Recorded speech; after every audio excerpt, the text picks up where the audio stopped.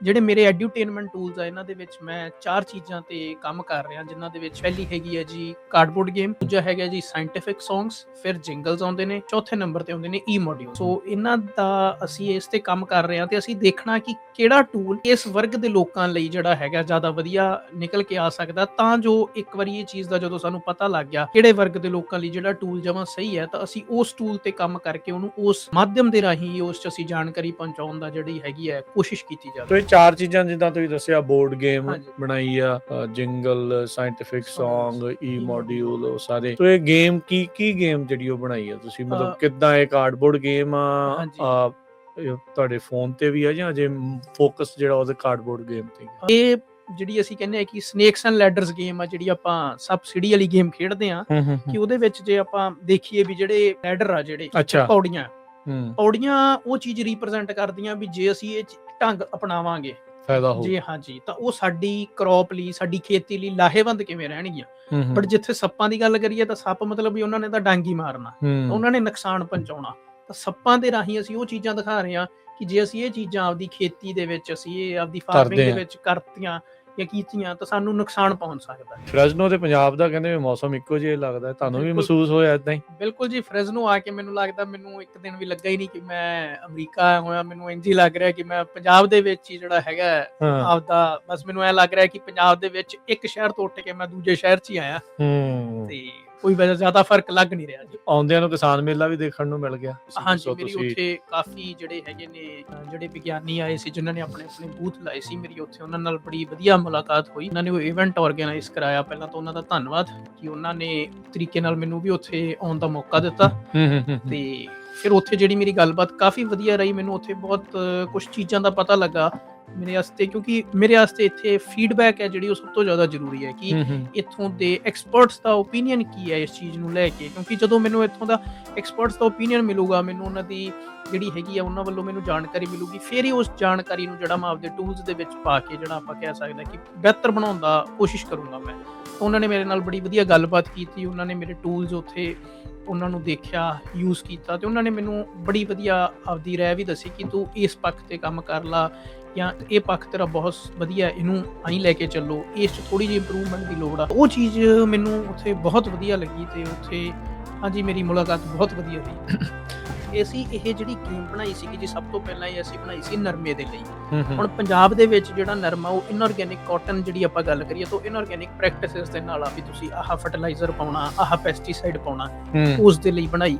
ਫਿਰ ਜਦੋਂ ਅਸੀਂ ਮੱਧ ਪ੍ਰਦੇਸ਼ ਇਹਨੂੰ ਟੈਸਟ ਕੀਤਾ ਤਾਂ ਮੱਧ ਪ੍ਰਦੇਸ਼ ਦੇ ਵਿੱਚ ਆਰਗੈਨਿਕ ਕਾਟਨ ਸੀਗੀ, ਫਿਰ ਅਸੀਂ ਉੱਥੋਂ ਦੇ ਹਿਸਾਬ ਦੇ ਨਾਲ ਬਣਾਈ।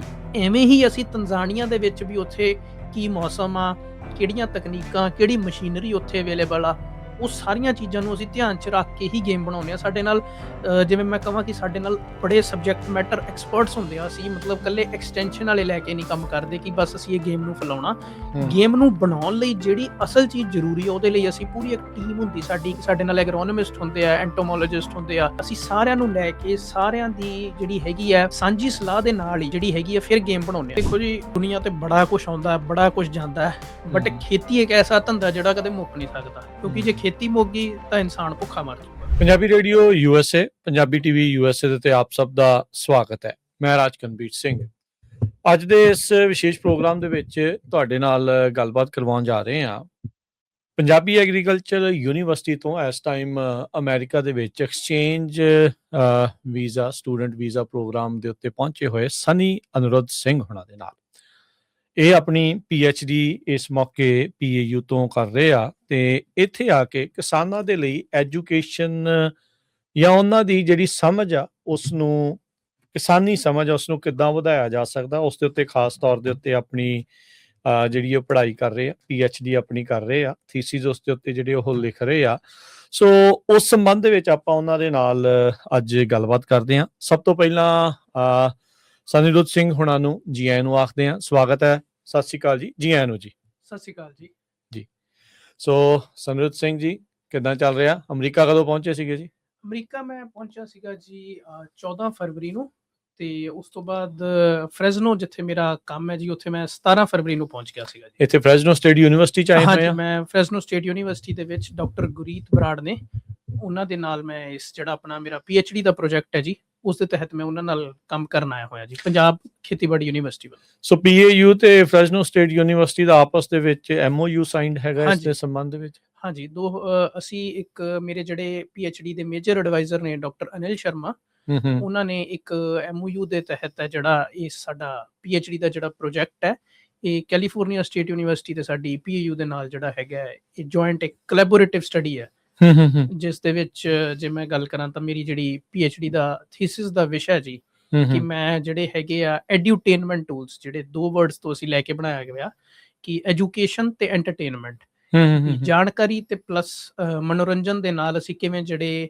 ਕਿਸਾਨ ਨੇ ਉਹਨਾਂ ਦੀ ਨੌਲੇਜ ਦੇ ਵਿੱਚ, ਉਹਨਾਂ ਦੀ ਜਾਣਕਾਰੀ ਦੇ ਵਿੱਚ ਅਸੀਂ ਵਾਧਾ ਕਿਵੇਂ ਕਰ ਸਕਦੇ ਹਾਂ ਨਵੇਕਲੇ ਢੰਗਾਂ ਦੇ ਨਾਲ। ਕਿਉਂਕਿ ਮੇਰਾ ਡਿਪਾਰਟਮੈਂਟ ਹੀ ਐਕਸਟੈਂਸ਼ਨ ਐਜੂਕੇਸ਼ਨ ਪ੍ਰਸਾਰ ਸਿੱਖਿਆ ਦਾ ਹੈ, ਤਾਂ ਸਾਡਾ ਜੋ ਕੰਮ ਹੁੰਦਾ ਹੈ ਕਿ ਸਾਡਾ ਪ੍ਰਸਾਰ ਸਿੱਖਿਆ ਵਿਗਿਆਨੀਆਂ ਦਾ ਕੰਮ ਹੁੰਦਾ ਹੈ ਕਿ ਅਸੀਂ ਜਿਹੜੀ ਜਾਣਕਾਰੀ ਹੈ, ਜਿਹੜੀ ਅਸੀਂ ਆਪਣੀ ਨੌਲੇਜ ਆ, ਉਹ ਫਾਰਮਰਸ ਤੱਕ ਅਸੀਂ ਕਿਵੇਂ ਸੌਖੇ ਤੇ ਵਧੀਆ ਤਰੀਕੇ ਦੇ ਨਾਲ ਪਹੁੰਚਾ ਸਕਦੇ ਆ। ਤਾਂ ਉਸ ਦੇ ਲਈ ਅਸੀਂ ਵੱਖ-ਵੱਖ ਜਿਹੜੀਆਂ ਹੈਗੀਆਂ ਖੋਜਾਂ ਤੇ ਵੱਖ-ਵੱਖ ਨਵੇਂ ਤੇ ਨਵੇਕਲੇ ਢੰਗ ਕੱਢਦੇ ਰਹਿੰਦੇ ਆ, ਤੇ ਉਸ ਦੇ ਵਿੱਚ ਹੀ ਮੇਰੇ ਜਿਹੜੇ ਇਹ ਐਡਿਊਟੇਨਮੈਂਟ ਟੂਲਸ ਨੇ ਉਹਨਾਂ ਨੂੰ ਅਸੀਂ ਲੈ ਕੇ ਜਿਹੜਾ ਇੱਥੇ ਅਸੀਂ ਆਪਦਾ ਟੈਸਟਿੰਗ ਲਈ ਸੋ ਰਵਾਇਤੀ ਢੰਗ ਨਾਲ ਥੋੜੇ ਜਿਹੇ ਵੱਖਰੇ ਜਿਹੜੇ ਤਰੀਕੇ ਹੁੰਦੇ ਆ। ਹਾਂਜੀ, ਕਿਉਂਕਿ ਅਸੀਂ ਦੇਖਦੇ ਆ ਰਹੇ ਹਾਂ ਕਿ ਕੋਈ ਵੀ ਕਾਨਫਰੰਸ ਹੁੰਦੀ ਆ, ਕੋਈ ਵੀ ਲੈਕਚਰ ਹੁੰਦਾ, ਇੱਕ ਜਿਹੜੇ ਸਪੀਕਰ ਨੇ, ਸਪੀਕਰ ਸਾਹਿਬਾਨ, ਉਹ ਆਪਦੀ ਫੀਲਡ ਦੇ ਵਿੱਚ ਉਹਨਾਂ ਦੀ ਬਹੁਤ ਵੱਡੀ ਮੁਹਾਰਤ ਹੁੰਦੀ ਆ, ਉਸ ਸਟੇਜ ਤੇ ਆ ਕੇ ਉਹਨਾਂ ਦਾ ਜਿੰਨਾ ਹੋ ਸਕੇ ਨਵੀਆਂ ਚੀਜ਼ਾਂ ਜਾਂ ਜੋ ਲੋੜੀਂਦਾ ਜਾਣਕਾਰੀ ਆ ਉਹ ਕਿਸਾਨਾਂ ਨੂੰ ਦਿੰਦੇ ਨੇ।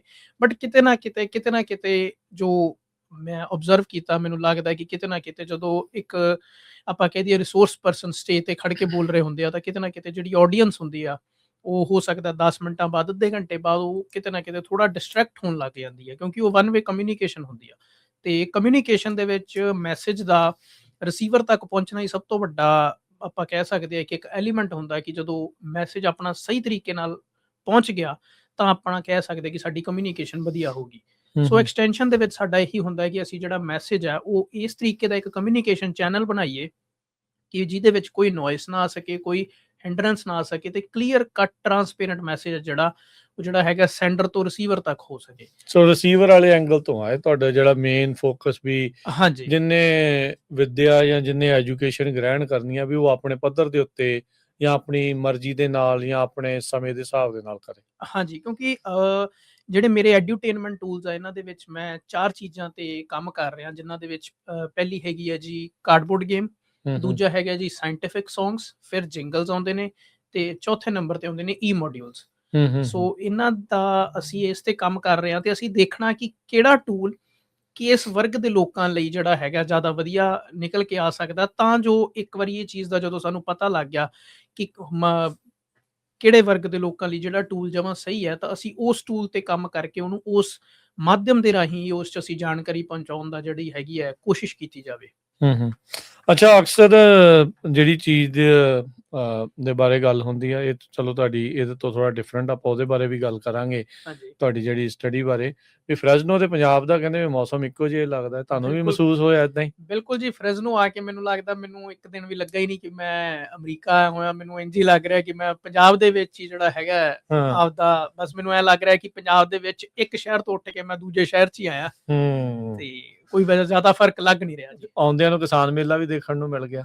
ਹਾਂਜੀ, ਉੱਥੇ ਵੀ ਗੱਲਾਂ ਬਾਤਾਂ ਹੋਈਆਂ। ਹਾਂਜੀ, ਉੱਥੇ ਤੁਹਾਡੇ ਨਾਲ ਜਿਹੜੀ ਪਹਿਲੀ ਦੀ ਮੁਲਾਕਾਤ ਹੋਈ ਸੀ? ਹਾਂਜੀ, ਮੇਰੀ ਉੱਥੇ ਕਾਫੀ ਜਿਹੜੇ ਹੈਗੇ ਨੇ ਜਿਹੜੇ ਵਿਗਿਆਨੀ ਆਏ ਸੀ, ਜਿਨ੍ਹਾਂ ਨੇ ਆਪਣੇ ਬੂਥ ਲਾਏ ਸੀ, ਮੇਰੀ ਉੱਥੇ ਉਹਨਾਂ ਨਾਲ ਬੜੀ ਵਧੀਆ ਮੁਲਾਕਾਤ ਹੋਈ, ਜਿਨ੍ਹਾਂ ਨੇ ਉਹ ਇਵੈਂਟ ਆਰਗੇਨਾਈਜ਼ ਕਰਾਇਆ। ਪਹਿਲਾਂ ਤਾਂ ਉਹਨਾਂ ਦਾ ਧੰਨਵਾਦ ਕਿ ਉਹਨਾਂ ਨੇ ਇੱਕ ਤਰੀਕੇ ਨਾਲ ਮੈਨੂੰ ਵੀ ਉੱਥੇ ਆਉਣ ਦਾ ਮੌਕਾ ਦਿੱਤਾ, ਤੇ ਫਿਰ ਉੱਥੇ ਜਿਹੜੀ ਮੇਰੀ ਗੱਲਬਾਤ ਕਾਫੀ ਵਧੀਆ ਰਹੀ। ਮੈਨੂੰ ਉੱਥੇ ਬਹੁਤ ਕੁਛ ਚੀਜ਼ਾਂ ਦਾ ਪਤਾ ਲੱਗਾ ਮੇਰੇ ਵਾਸਤੇ, ਕਿਉਂਕਿ ਮੇਰੇ ਵਾਸਤੇ ਇੱਥੇ ਫੀਡਬੈਕ ਹੈ ਜਿਹੜੀ ਉਹ ਸਭ ਤੋਂ ਜ਼ਿਆਦਾ ਜ਼ਰੂਰੀ ਹੈ ਕਿ ਇੱਥੋਂ ਦੇ ਐਕਸਪਰਟਸ ਦਾ ਓਪੀਨੀਅਨ ਕੀ ਹੈ ਇਸ ਚੀਜ਼ ਨੂੰ ਲੈ ਕੇ। ਕਿਉਂਕਿ ਜਦੋਂ ਮੈਨੂੰ ਇੱਥੋਂ ਦਾ ਐਕਸਪਰਟਸ ਦਾ ਓਪੀਨੀਅਨ ਮਿਲੂਗਾ, ਮੈਨੂੰ ਉਹਨਾਂ ਦੀ ਜਿਹੜੀ ਹੈਗੀ ਆ ਉਹਨਾਂ ਵੱਲੋਂ ਮੈਨੂੰ ਜਾਣਕਾਰੀ ਮਿਲੂਗੀ, ਫਿਰ ਹੀ ਉਸ ਜਾਣਕਾਰੀ ਨੂੰ ਜਿਹੜਾ ਮੈਂ ਆਪਦੇ ਟੂਲਸ ਦੇ ਵਿੱਚ ਪਾ ਕੇ ਜਿਹੜਾ ਆਪਾਂ ਕਹਿ ਸਕਦੇ ਕਿ ਬਿਹਤਰ ਬਣਾਉਣ ਦਾ ਕੋਸ਼ਿਸ਼ ਕਰੂੰਗਾ ਮੈਂ।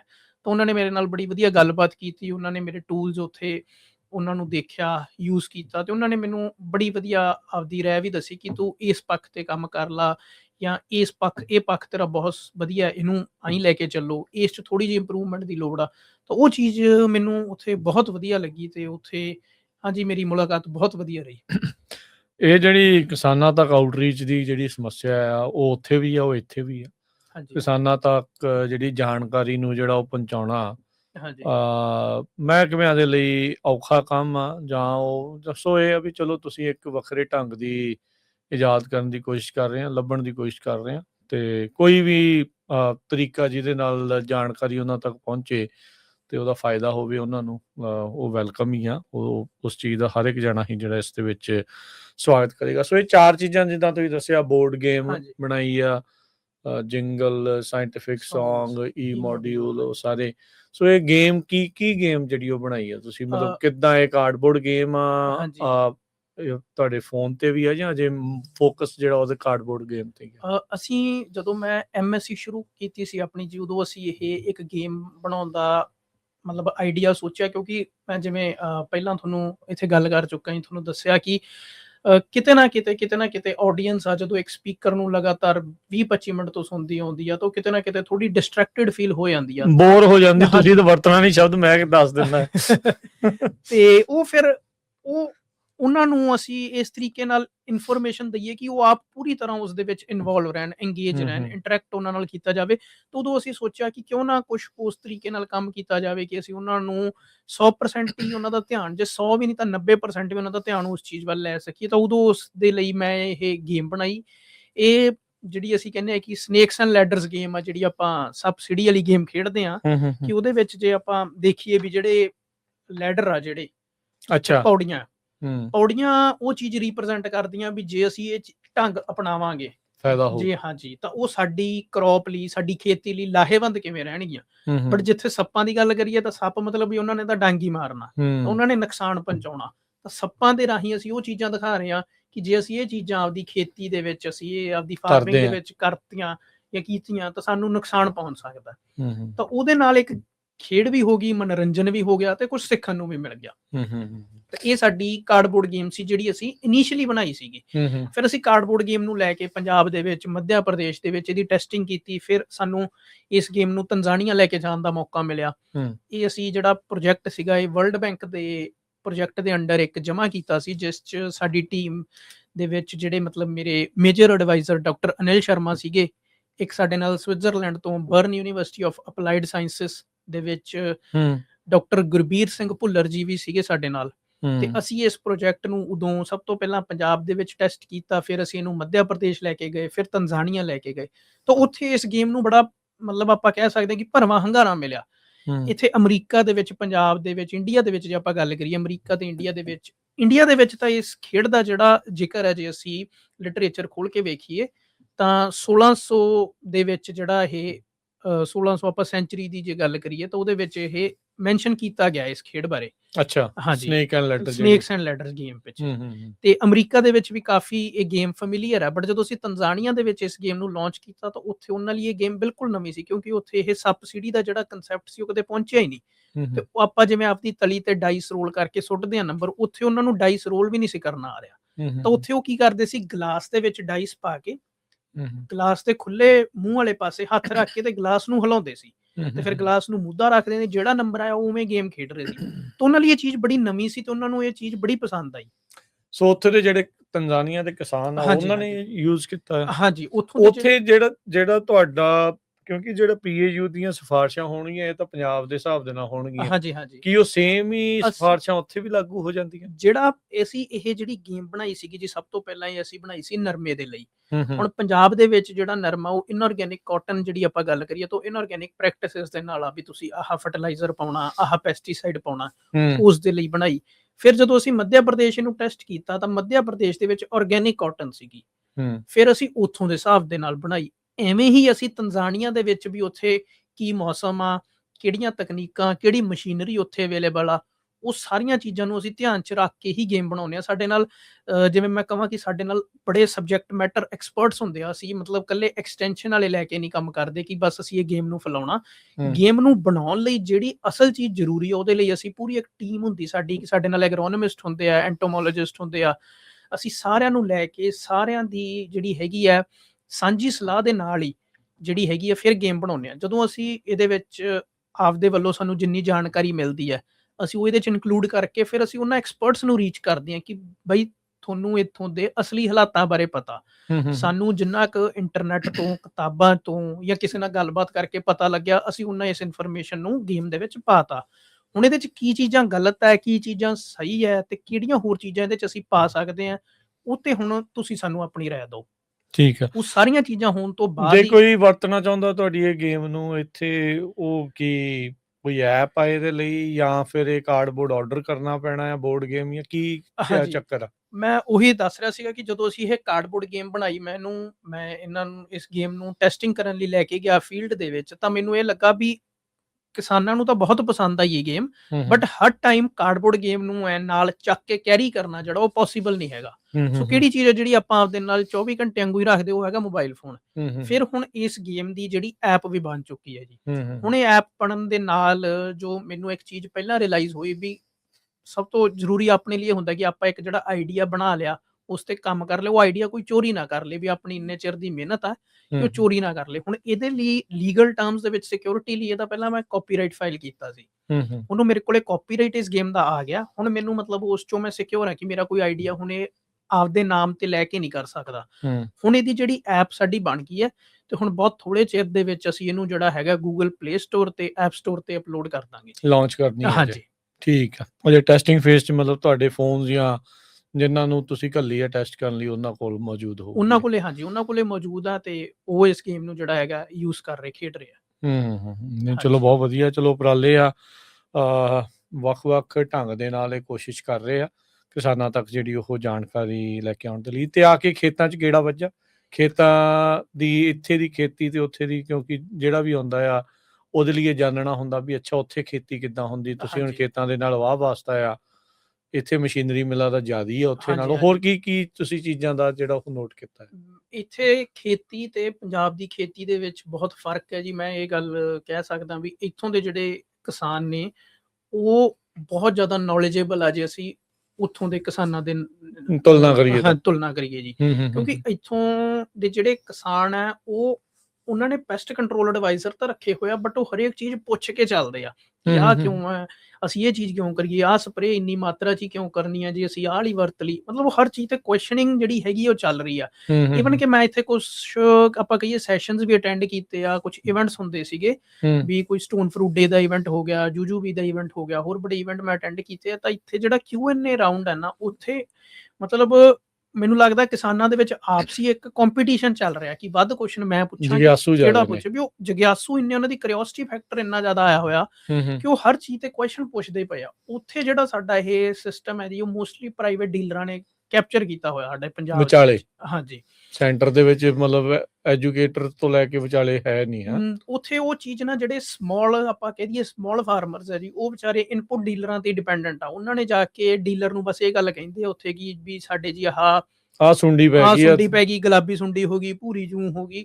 ਉਹਨਾਂ ਨੇ ਬਸ ਕਹਿ ਦੇਣਾ ਵੀ ਤੁਸੀਂ ਆਹ ਸਪਰੇ ਵਰਤ ਲਓ, ਜਿੱਤੋਂ ਵੱਧ ਪੈਸੇ ਮੁਨਾਫਾ। ਹਾਂਜੀ, ਉਹਨਾਂ ਨੇ ਉਹ ਸਪਰੇ ਰეკਮੈਂਡ ਕਰ ਦੇਣੀ ਆ। ਤੇ ਉਹ ਵਿਚਾਰੇ ਜਿਹੜੇ ਸਾਡੇ ਕਿਸਾਨ ਨੇ ਉਹ ਭੋਲੇ ਨੇ, ਉੱਥੋਂ ਦੇ ਸਾਡੇ ਮੰਨ ਲੈਂਦੇ ਗੱਲ, ਉਹ ਮੰਨ ਲੈਂਦੇ ਗੱਲ। ਦੂਜੀ ਗੱਲ ਇਹ ਹੈ ਜੀ ਵੀ ਇੱਥੇ ਜਿਹੜੀ ਮੈਂ ਚੀਜ਼ ਚੈੱਕ ਕੀਤੀ, ਇੱਥੇ ਹਰ ਇੱਕ ਸਟੈਪ ਤੇ ਬੜੇ ਚੈਕਸ ਐਂਡ ਬੈਲੈਂਸਿਸ ਆ। ਵੀ ਜੇ ਇਹਨਾਂ ਨੇ ਤੁਹਾਨੂੰ ਇੱਕ ਨੰਬਰ ਦੇਤਾ ਕਿ ਤੁਸੀਂ ਬਸ ਇੰਨਾ ਜਿਹੜਾ ਕੁਆਂਟੀਟੀ ਸਪਰੇ ਕਰਨੀ ਹੈ, ਤੁਸੀਂ ਉਦੋਂ ਵੱਧ ਕਰ ਨਹੀਂ ਸਕਦੇ। ਜੇ ਤੁਸੀਂ ਕਰਤਾ ਤੇ ਜੇ ਤੁਸੀਂ ਫੜੇ ਗਏ, ਉਹਦੇ ਬੜੇ ਸਵੇਅਰ ਮਤਲਬ ਕਨਸੀਕੁਐਂਸਿਸ ਨਿਕਲਦੇ ਨੇ। ਉੱਥੇ ਕੀ ਆ, ਉੱਥੇ ਸਾਡੇ ਡੀਲਰ ਕਹਿ ਦਿੰਦੇ ਆ ਵੀ ਕੋਈ ਨਹੀਂ 50 ਆਇਆ, ਤੁਸੀਂ 70 ਕਰ ਦਿਓ। ਕਿਸਾਨ ਕਹਿੰਦਾ ਯਾਰ ਉਹਨੇ 70 ਕਿਹਾ ਵੀ ਆਪ ਕਿਹੜਾ ਰੋਜ਼ ਪਾਊਗਾ, ਅੱਜ 80 ਹੀ ਦੱਬ ਦਿੰਨੇ ਆ, 100 ਹੀ ਦੱਬ ਦਿੰਨੇ ਆ। ਡਬਲ ਹੀ ਕਰੋਗਾ। ਉਹ ਚੀਜ਼ ਦਾ ਫਿਰ ਕੋਈ ਚੈੱਕ ਤੇ ਬੈਲੈਂਸ ਰਹਿ ਨਹੀਂ ਗਿਆ, ਰੈਗੂਲੇਸ਼ਨ ਨਹੀਂ ਕੋਈ। ਹਾਂਜੀ, ਉਸ ਚੀਜ਼ ਕਰਕੇ ਸਾਡਾ ਜਿਹੜਾ ਆਪਾਂ ਕਹੀਏ ਪੰਜਾਬ ਦੇ ਵਿੱਚ ਖਾਸ ਕਰ ਜਿਹੜੀ ਸਾਡੀ ਮਾਲਵਾ ਬੈਲਟ ਹੈ, ਉਹਦਾ ਸ਼ਾਇਦ ਮੇਰੇ ਹਿਸਾਬ ਦੇ ਵਿੱਚ ਉਹ ਕੈਂਸਰ ਬੈਲਟ ਬਣਨ ਦਾ ਇੱਕ ਮੇਨ ਕਾਰਨ ਵੀ ਇਹੀ ਆ ਗਿਆ, ਕਿਉਂਕਿ ਪੈਸਟੀਸਾਈਡ ਹੈ ਜਿਹੜੇ ਉਹ ਲੀਚ ਆਊਟ ਹੋ ਗਏ ਨੇ ਤੇ ਪਾਣੀ 'ਚ ਆ ਚੁੱਕੇ ਨੇ, ਤੇ ਉਹ ਫਿਰ ਜਿਹੜਾ ਹੈਵੀ ਕੈਂਸਰ ਸਬਸਟੈਂਸਿਸ ਆ ਜਿਹੜੇ ਉਹ ਮਿਲੇ ਨੇ।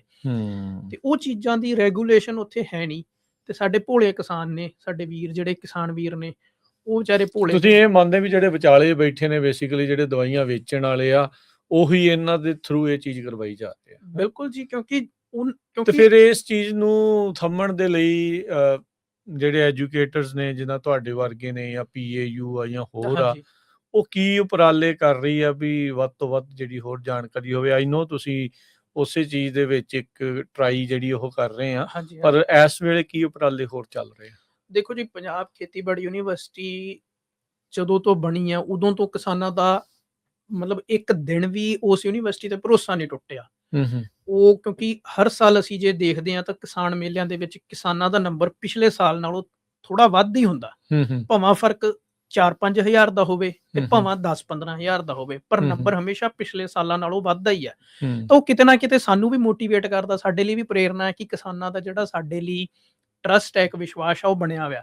ਤਾਂ ਉਹਦੇ ਲਈ ਸਾਲ 'ਚ 2 ਮੇਲੇ ਹਾੜੀ ਤੇ ਸਾਉਣੀ ਦੇ ਤਾਂ ਸਾਡੀ ਯੂਨੀਵਰਸਿਟੀ ਲਾਉਂਦੀ ਆ। ਉਦੋਂ ਬਿਨਾਂ ਨਿਰੰਤਰ ਸਾਡੇ ਜਿਹੜੇ ਯੂਨੀਵਰਸਿਟੀ ਦੇ ਵਿੱਚ ਕੋਈ ਇਵੈਂਟਸ ਹੁੰਦੇ ਰਹਿੰਦੇ ਆ, ਜਾਂ ਜਿਹੜੇ ਸਾਡੇ ਵੱਖ-ਵੱਖ KVKs ਬਣੇ ਨੇ, ਕ੍ਰਿਸ਼ੀ ਵਿਗਿਆਨ ਕੇਂਦਰ, ਉਹਨਾਂ ਦੇ ਵਿੱਚ ਵੀ ਸਾਡੀ ਐਕਸਟੈਂਸ਼ਨ ਆਊਟਰੀਚ ਚੱਲਦੀ ਹੋਈ ਰਹਿੰਦੀ ਆ। ਬਟ ਕਿਤੇ ਨਾ ਕਿਤੇ ਥੋੜੇ ਲੂਜ਼ ਐਂਡਸ ਹੋਣ ਕਰਕੇ ਜਿਹੜਾ ਮੇਨ ਕਾਜ਼ ਆਫ ਪ੍ਰੋਬਲਮ ਆ, ਦੇਖੋ ਜੀ, ਯੂਨੀਵਰਸਿਟੀ ਪ੍ਰਾਈਵੇਟ ਡੀਲਰ ਨੂੰ ਸਜ਼ਾ ਨਹੀਂ ਦਵਾ ਸਕਦੀ।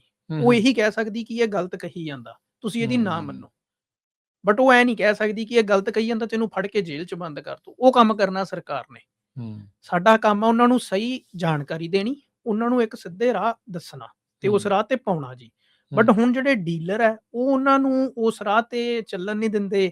ਉਹਨਾਂ ਨੂੰ ਆਪਾਂ ਕਹਿ ਦਈਏ ਵੀ ਉਹਨਾਂ ਦਾ ਆਪਦਾ ਲਾਲਚ ਹੈ ਵੀ ਅਸੀਂ ਮਫਾਦ ਹੈ ਜਿਹੜੇ ਇਹਨਾਂ ਦੇ। ਸੇਲਸ ਰਿਪਰੈਜ਼ੈਂਟੇਟਿਵ ਉਹਨਾਂ ਨੂੰ ਆਇਆ ਮੈਂ ਵੱਧ ਸਪਰੇਅ ਵੇਚਦਾ ਵੀ ਮੇਰਾ ਵੱਧ ਬੋਨਸ ਮਿਲ ਜੂ ਮੈਨੂੰ, ਵੀ ਮੈਂ ਇੰਨੇ ਟਾਰਗੇਟ ਪੂਰੇ ਕਰਤੇ, ਇੰਨੇ ਪੀਪਿਆਂ ਦੇ ਲੋਟ ਕਢਾਤੇ। ਜਿਹੜਾ ਡੀਲਰ ਉਹਨੂੰ ਆਇਆ ਮੈਨੂੰ ਇੰਨਾ ਕਮਿਸ਼ਨ ਇਸ ਸਪਰੇਅ ਚ ਆਉਂਦਾ, ਮੈਂ ਇਹੀ ਸਾਰੀ ਵੇਚੀ ਚੱਲਾਂ। ਉਹਨਾਂ ਦੇ ਆਪਦੇ ਲਾਲਚ ਕਰਕੇ ਜਿਹੜਾ ਉਹ ਕਿਸਾਨਾਂ ਨਾਲ ਧੱਕਾ ਕਰਦੇ ਨੇ, ਉਹਦੇ ਲਈ ਤਾਂ ਫਿਰ ਸਰਕਾਰ ਨੂੰ ਹੀ ਕੁਝ ਉਸ ਤਰੀਕੇ ਦੇ ਕਾਨੂੰਨ ਲੈ ਕੇ ਆਉਣੇ ਚਾਹੀਦੇ ਆ ਜਿਵੇਂ ਕਿ ਇੱਥੇ ਬਣੇ ਹੋਏ ਨੇ ਜੀ। ਕੀ ਹੁਣ ਤੁਹਾਨੂੰ ਸੋਚਦੇ ਆ ਵੀ ਜਿਹੜੀ ਪੰਜਾਬ ਦੀ ਖਾਸ ਕਰਕੇ ਜਿਹੜੀ ਕਿਸਾਨੀ ਆ, ਉਹਦੀ ਸਰਵਾਈਵੇਬਿਲਟੀ, ਸਸਟੇਨੇਬਿਲਟੀ ਦੇ ਲਈ ਤੇ ਕੀ ਹੋਣਾ ਚਾਹੀਦਾ? ਕੀ ਤੁਹਾਡੇ ਕੀ ਸੁਝਾਅ?